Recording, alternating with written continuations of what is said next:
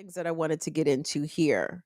So the labor actions are ongoing. It seems as though every single industry in the US, workers are recognizing their collective power and doing something about it. And truly, in this capitalistic society, the best tool, weapon that workers have against the owner class is to withhold our labor. Have you guys ever been on a job and withheld your labor, like you wasn't getting something that they had either promised you or whatever? The last time I withheld my labor at a job, uh I got and well, fired isn't the right word, but it was meant as a firing, but they ended up doing a layoff. It included me in the layoff, but I was one of the best producing people there. But I know that they laid me off because I withheld my labor, and they knew they could not outright fire me because they knew they'd have a lawsuit. So I got laid off. But I withheld my labor. I said I'm not doing this shit because it was some extra shit that I had agreed to do extra, and then certain conditions weren't met. I said, well, I'm not doing this extra shit. And they got mad. They got mad. So if you want to piss off the managers, the bosses, and the owners, withhold your labor. And in Hollywood, we are now seeing two concurrent strikes of the Writers Guild and now SAG-AFTRA, the Screen Actors Guild, the American Federation of Television and Radio Artists, AFTRA. Not to be confused with AFRA. Not to be confused with AFRA. But AFTRA, SAG-AFTRA, the workers, the actors, announced that they are now on strike. And this is after trying to negotiate with the heads of the studios and the streaming services for a duration of time. And there's a couple things here that I want us to take a look at. So, the first thing I want us to take a look at is going to be Fran Drescher. Y'all didn't tell me Fran Drescher was with the shits. I had no idea that the nanny was with the shits. I don't, and to be clear, I do not know much about Fran's tenure as the president of the Screen Actors Guild. But she is fired the fuck up. And what was this phrase that I even took a screenshot of it. It was a radical Jewish organization that said a Hebrew phrase to her. I said, let me say this on the jump because I respect it. I respect the whole gangster of the whole situation. It's very dope.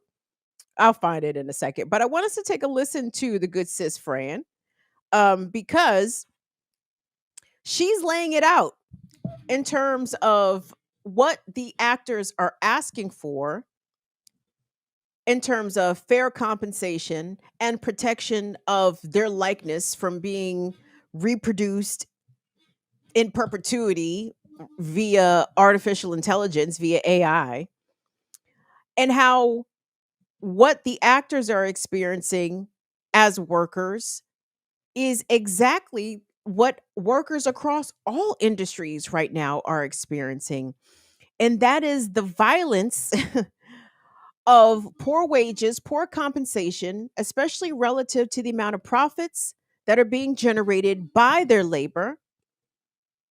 And so I just want us to take a listen to the nanny. The fucking nanny. Who knew? Did y'all know? Let me go back to the chat. Did y'all know Fran Drescher was with the shits? I did not know it. But I was encouraged to see it. So let us all take a look at SAG-AFTRA's president, Fran Drescher, in a press conference addressing the now new strike. It came with great sadness that we came to this crossroads, but we had no choice. We are the victims here. We are being victimized by a very greedy entity. I am shocked by the way the people that we have been in business with are treating us. I cannot believe it, quite frankly.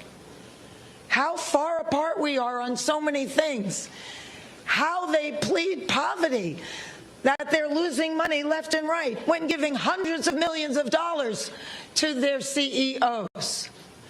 It is disgusting. Shame on them. They stand on the wrong side of history at this very moment. We stand in solidarity, in unprecedented unity. Our union and our sister unions and the unions around the world are standing by us, as well as other labor unions. Because at some point, the jig is up. You cannot keep being dwindled and marginalized and disrespected and dishonored. The entire business model has been changed by streaming, digital, AI. This is a moment of history that is a moment of truth. If we don't stand tall right now, we are all going to be in trouble. We are all going to be in jeopardy of being replaced by machines and big business, who cares more about Wall Street than you and your family. Most of Americans don't have more than $500 in an emergency. This is a very big deal, and it weighed heavy on us. But at some point, you have to say, no, we're not going to take this anymore. You people are crazy. What are you doing? Why are you doing this? Privately, they all say we're the center of the wheel. Everybody else tinkers around our artistry. But actions speak louder than words. And there was nothing there. It was insulting. So we came together in strength and solidarity and unity with the largest strike authorization vote in our union's history. And we made the hard decision that we tell you as we stand before you today. This is major. It's really serious. And it's going to impact every single person that is in labor. We are fortunate enough to be in a country right now that happens to be labor friendly. And yet, we were facing opposition that was so labor unfriendly, so tone deaf to what we are saying. You cannot change the business model as much as it has changed and not expect the contract to change too. We're not going to keep doing incremental changes on a contract that no longer honors what is happening right now with this business model that was foisted upon us. What are we doing? Moving around furniture on the Titanic? It's crazy. So the jig is up, AMPTP. We stand tall. You have to wake up and smell the coffee. We are labor and we stand tall and we demand respect and to be honored for our contribution. You share the wealth because you cannot exist without us. Thank you.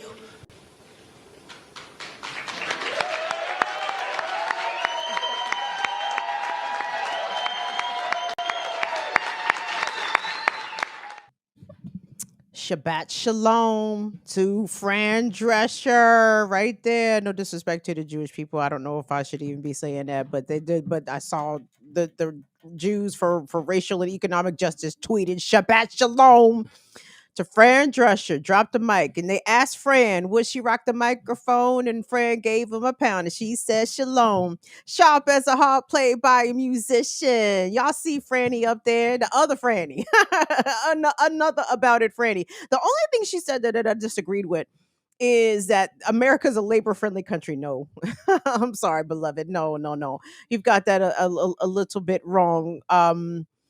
And the lack of labor protections is why there are such regulations on Hollywood sets, on TV and film studio sets.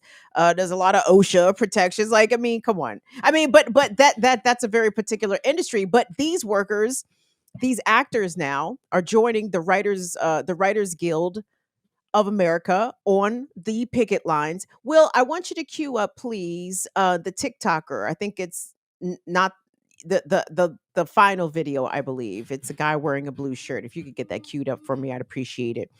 Um, and people might look at these actors, these Screen Actors Guild members, and be like, "Really?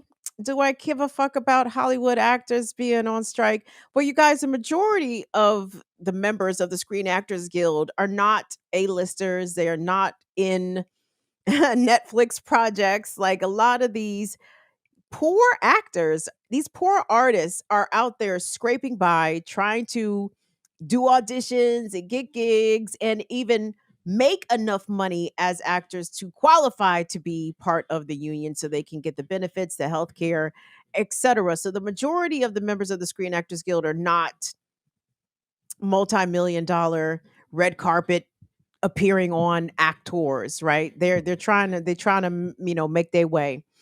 But one thing Fran did say, she said it was the largest strike authorization by the membership. I believe 98% is the number that I heard of SAG after folks ready to be about the shits. And I saw a number of protest scenes happening in New York City, in Los Angeles. I think they took a picture on the mall here in DC. Where else? Let me know if there was a SAG after strike action in your town. I'd like to hear about it. Um, but I want us. We got that video. Will, I want us to hear from this. Is he a voiceover artist? Hold on, let me go back to my doc so I can attribute this man properly. But he is. He is not only a SAG-AFTRA member, but I believe that actually he is on the board. If I have that correct, I did not do the greatest job of attribution on my doc here today. I normally do way better. I didn't do so great today. But this dude has a TikTok, but he posted this to Twitter. So I let me get his name and I will tell you who he is after we watch the video. But this person is part of the union leadership, and they're calling for people to show up at these studio lots, and even asking what can we do as consumers of this content, right? Because I would hope that everybody would stand with the workers. I'll come back to that. So let's take a look at this gentleman who is part of SAG AFTRA and is engaged in this strike action with some directives for the members. Let's take a listen. It's day 1 of the actors' strike and day 74 of the writers' strike, and I have 2 things to say. The first is brace yourself. The studios are not incentivized to come back to the table quickly or to make a deal quickly. We already know that every time one of their CEOs opens their mouth or some anonymous executive gives an interview, that they claim that they want a fair deal that values the work that we do, but they don't. They want to continue to pay as little as possible for our work. I mean, they literally want to scan background actors, pay them for 1 day's work, and then own their image and likeness for all of their projects for the rest of eternity. So again, settle in, because they will feel they can't incentivize union striking by making a quick deal. Second thing is that SAG is not picketing 3 lots at the Writers Guild. TV City at Beverly and Fairfax, CBS Redford at Colfax and Ventura, and Universal, which is where I'm lot coordinating. If you're a WGA member, please consider going to these 3 lots. They're going to be a little less crowded, but the gates still need picketing. It's Captain's Appreciation Day, and their organizational teams deserve love. His Twitter feed did not give me much more information. Like I said, my deepest apologies. I did a bad job of attributing my show today. I try to do good, but not on today. Today, you guys kind of get what you get. But y'all know I do try to move with some journalistic principles out here, so I'm not just out here playing whatever the fuck.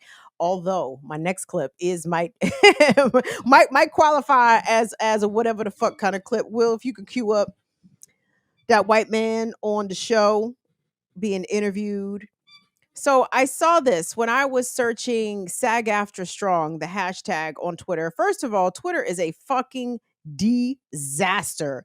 It is impossible to find things. It is impossible to search things. It is impossible to locate the tweeters and the content that I used to could find pretty easily.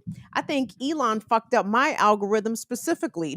Like he with intention, my algorithm got fucked up. Maybe I was playing too much of the righteous clips and Elon said, "Nah, nah, we need to make sure that that don't appear on her timeline at all." So, anyway, I was searching the SAG after strong hashtag and the WGA strong hashtag. And I came across this video that a Twitter user had posted. And it appears to be like a CNBC clip. And for the life of me, I don't think that the person speaking, my bra showing, boo. I don't think that it's on the other side. Okay. I don't think that the person speaking I don't think that the Chiron ever popped up their name. Like it kept popping up like breaking news headlines. And I'm like, but who the fuck is talking? And I couldn't discern who this person was talking, but very clearly they are representative of the studios, right? Or of the AMPTT or something affiliated because he's talking very much like a boss, okay? Like, the boss who just bought their teenage child like a brand new sports car for graduation, and the kid is going to party school, UT Texas, UT Austin, out of state.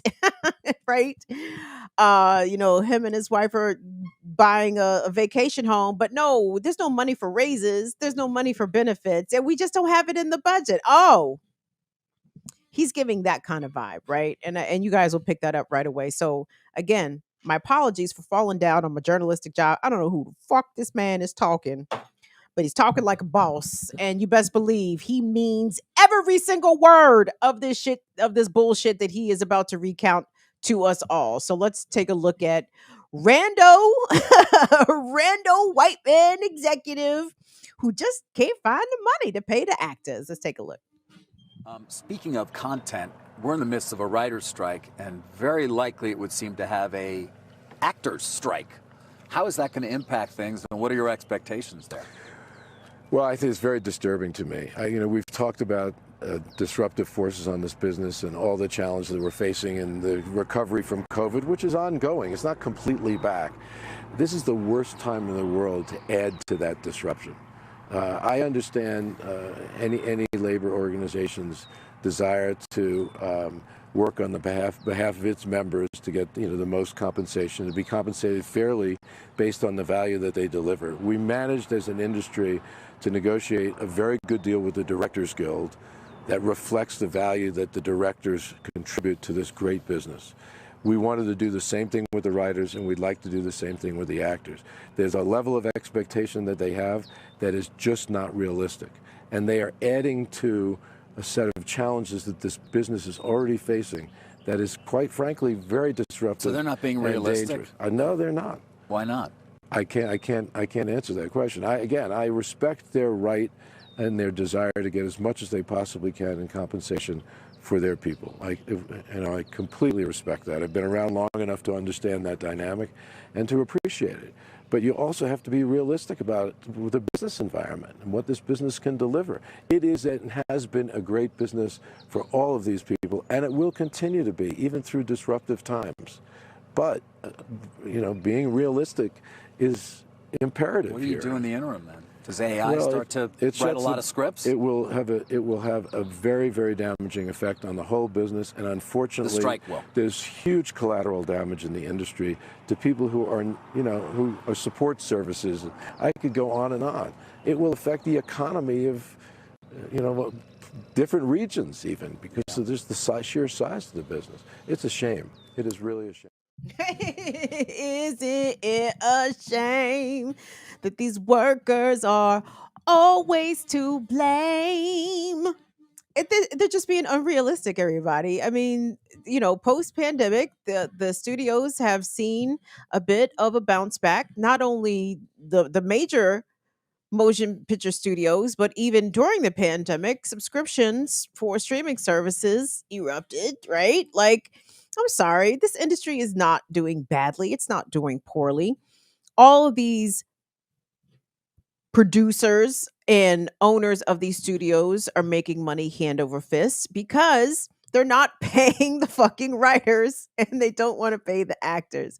So the money is absolutely there. It was the Writers Guild on Prime Day. We talked about this here on the show. On Prime Day, the Writers Guild tweeted out that for Amazon Studios, who they have attempted to be in negotiations with prior to declaring their strike, they said Amazon Studios refused to come back to the table, and that for the Writers Guild members, for their demands to be met, would cost Amazon Studios $32 million, $32 million, which is a fraction of a percent of Amazon's overall total profits. It's not about the money not being there, despite what that gremlin would have said. Anybody know that gremlin, by the way? Does he, is he evil villain white man number 7? Like, who is he? Like, I don't give a fuck who he is, to be honest. Like, if y'all know, great. Drop it in the comments. Tell me who he is. But being interviewed there on CNBC, did you hear the CNBC reporter? So is AI, do you think AI is going to start writing a bunch of scripts? The man didn't respond. But it's going to be very disruptive to the industry. What is the strike? Yes. All the ways in which people standing up for themselves and withholding their labor as basically their only m- legitimate weapon of negotiation against the owners and the managers are always going to be vilified and villainized. And, to Fran Drescher's credit, like, I mean, like I said, I took a couple of things away from her speech there. I thought it was basically good. But again, what I heard was, even though I'm empathetic to most actors, but it just sounded like you are treating us like N-words. You are giving us the nigger treatment. We do not like the nigger treatment. You have to value our work. You have to pay us. Yeah. Yeah. I get it. I know exactly where you're coming from, Fran. I feel you. But it sometimes takes privileged folks or people who feel as though they are in a privileged situation with their job security, maybe their salary benefits that they might be currently earning at a given point in time. But to a certain degree, even high earners will have their labor exploited. Not as much as low wage people and low salaried employees, right? Not as much as that, but the whole goal of corporations under capitalism is to extract as much and exploit as much labor and effort and time from the workers, and to give them back as much as is required so they don't burn the shit down. But I think we are fast approaching burn shit down the day on the calendar. Like, I don't know, like death, right? Nobody knows the appointed day, hour, or minute. I attribute, I'm gonna say that applies to the revolution as well, or to America as an empire, as this current system as it exists right now, to just come all the way the fuck down. It's coming. And especially if you get some high profile people. Again, I feel as though the Hollywood actors are going to have a hard time engendering a lot of empathy from the majority of the working class. But I mean, I guess that's where we come in. Not to say that we are here to stump for celebrity actors and you got to pay them, but no. I mean, this is part of a collective shared worker struggle that these actors are not even absolved from. They are in this too, and they realize that, by the fiery words by Sister Fran there. You know what I'm saying? Apparently they get it. Well, they pretend to get it for now. The one thing that Gulavit executive did say that I agreed with is that this is going to have a tremendous detrimental effect, the strike that is, on the support staff of these studios, the people that work security on the lots, the people that provide the catering. I'm thinking of, obviously, black and brown mom and pop owned businesses that, got fortunate to get a contract with the studio and now they're doing well. Well, now they're not about to be doing well. But again, that is not the fault of the actors. That is the fault of the studio owners who could share these profits. Was it today's Earn Your Liberation or last week's Earn Your Liberation? Where they were talking about, I think it was the UPS workers strike, and how again UPS also has the money to meet the demands of its of the union members who are threatening to strike at the end of the month. They can't capitulate. The bosses, that is, the owners, cannot capitulate from their perspective, even though they could with ease and without a lot of inconvenience or loss of comfort or loss of compensation on their part. They could accommodate these demands of these workers. But the point is to break the workers. The point is to make workers like you and me think that we are permanently subservient to the owners and that we aren't deserving of anything. We should be grateful that they even allow us to take the uniforms home, that they even allow us to grace their studio lots with our talent or to grace their television production with our genius, with our creative content. Fuck that. We make this thing go. Workers make this society function. And I wish that workers would finally realize that, whenever we felt like it, we can make society unfunction. we can make society unfunction. But that is where I believe there is a lot of utility and value in organization and strategy. Because if we are to plan something like a general strike, which I fully agree with, the needs of the most marginalized and vulnerable people need to be addressed first. Okay. How are disabled and elderly people going to receive their medication? How are they going to receive their care? First and foremostly, how are children going to be cared for? How are mothers going to be cared for? Right? I can't recall which indigenous nation it is, and I apologize for not remembering. But part of an indigenous tribes of North America, part of one of their ceremonies in, I don't know, morale building, the teamwork exercise. I don't know what it is, but one of their ceremonies, they put the most vulnerable people in the middle of the circle, right? So it's the elderly, it's children, it's the disabled. The most vulnerable people are placed in the middle of the circle, and all of the, I guess, for lack of a better term, able bodied tribal members encircle them, right? Because should they be attacked, the people on the outer circle are the most equipped and strongest to defend those who are unable to defend themselves. And I think we need to be thinking about that. I mean, we need to be thinking about a general strike, period. But when those meetings happen, when those committee meetings get underway, that needs to be agenda number one. That needs to be number one on the top of the list. Okay, we agree that we're going to strike. Cool. How are the most vulnerable among us going to be cared for while services are disrupted, while supply chains are disrupted, while society gets upended? And it needs to happen so it can be built back better. Jesus. All right, I'm out on that note. Goodbye. Goodbye. I did not mean to see Build Back Better. It's fun. Let's go, Brandon. Fuck Joe Biden. I don't give a fuck about Build Back Better. God damn. He done fucked up a perfectly pleasant, alliterative phrase with his neoliberal policy bullshit. I'm gone. On that note, it's time for me to sign off.